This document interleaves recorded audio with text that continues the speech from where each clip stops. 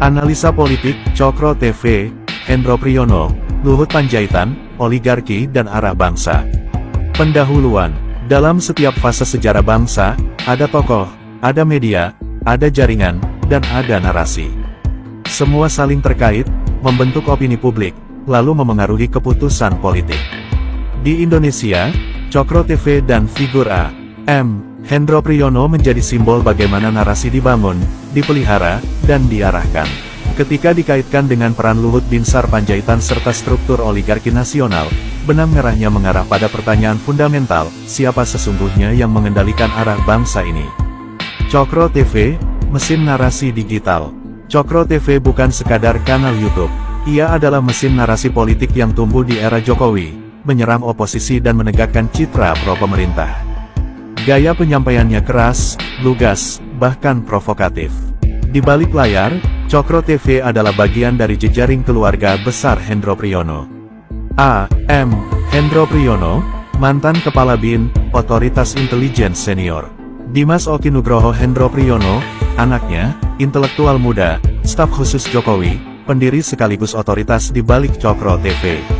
Andika Perkasa, menantu, mantan Panglima TNI. Kombinasi ini memberi Cokro TV kekuatan militer, intelijen, dan politik dalam satu wadah. Narasi yang keluar darinya bukan sekadar opini, melainkan bagian dari strategi. Hendro Priyono, sang arsitek narasi. A.M. Hendro Priyono dikenal sebagai kingmaker, tokoh intelijen yang menguasai panggung bayangan politik Indonesia. Ia bukan hanya pensiunan jenderal, tetapi arsitek strategi yang lihai mengendalikan isu, dari ruang gelap intelijen hingga layar kaca publik. Contoh terbaru adalah pernyataannya pasca demo besar 25–28 Agustus tahun 2025 di DPR. Hendro menyebut dalam kerusuhan itu bukan rakyat, melainkan non-state aktor asing, George Soros, George Tenet, David Rockefeller, hingga Bloomberg. Pernyataan ini membentuk framing bahwa keresahan rakyat hanyalah permainan global, bukan akibat korupsi, keserakahan DPR, atau kegagalan kebijakan pemerintah. Disinilah letak kritik publik. Hendro menciptakan narasi yang berpotensi menyesatkan Presiden Prabowo Subianto, membuat Presiden percaya bahwa lawan politik sejatinya adalah kekuatan asing, bukan oligarki domestik. Luhut Binsar Panjaitan, wajah oligarki. Jika Hendro Priyono adalah arsitek narasi, maka Luhut Binsar Panjaitan adalah simbol oligarki ekonomi politik. Menguasai tambang, energi, digital, dan proyek strategis.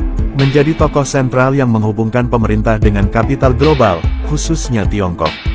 Dikenal sebagai figur yang memadukan jabatan politik dengan kepentingan bisnis. Kebijakan-kebijakan yang dikaitkan dengan Luhut, yaitu seperti hilirisasi nikel, proyek IKN, dan energi, sering memicu keresahan rakyat. Ironisnya, ketika keresahan itu meledak, framing yang keluar bukan soal oligarki, melainkan soal dalang asing. Oligarki dan kerusuhan. Sejarah kerusuhan di Indonesia dalam 2 dekade terakhir menunjukkan pola yang berulang.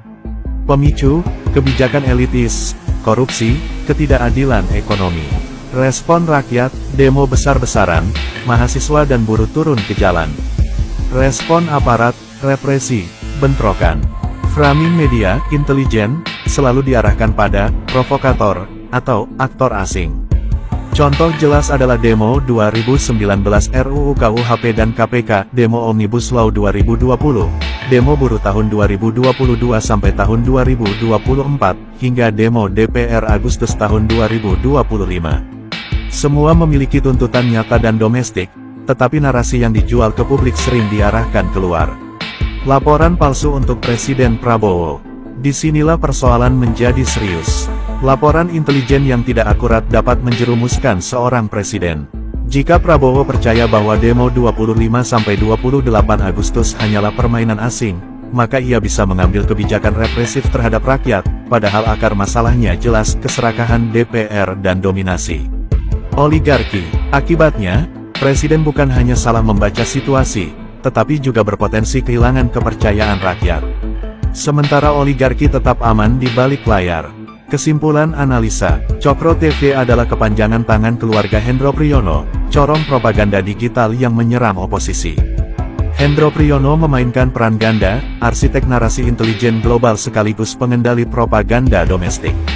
Luhut Panjaitan adalah wajah oligarki yang menggabungkan kekuasaan politik, ekonomi, dan jaringan global.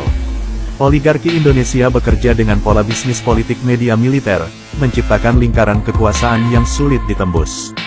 Kerusuhan rakyat selalu dibaca sebagai ulah asing, padahal akarnya adalah ketidakadilan domestik. Prabowo harus hati-hati, laporan yang salah bisa membuatnya berhadapan dengan rakyat sendiri, bukan dengan oligarki. Arahan Allah Bapa, dalam menghadapi manipulasi narasi, kekuasaan oligarki, dan laporan yang menyesatkan, bangsa ini harus kembali pada firman Tuhan. Celakalah mereka yang menyebut kejahatan itu baik dan kebaikan itu jahat, yang menukar gelap menjadi terang dan terang menjadi gelap. Yesaya pukul 5:20, Alkitab. Kebenaran akan memerdekakanmu, tetapi kebohongan akan memperbudak bangsa-bangsa. Ethiopian Bible, Kitab Henos 104 ayat 13. Arahan Allah Bapa jelas, kebenaran harus ditegakkan, kebohongan harus dilawan, dan pemimpin harus berani berpihak kepada rakyat, bukan kepada oligarki.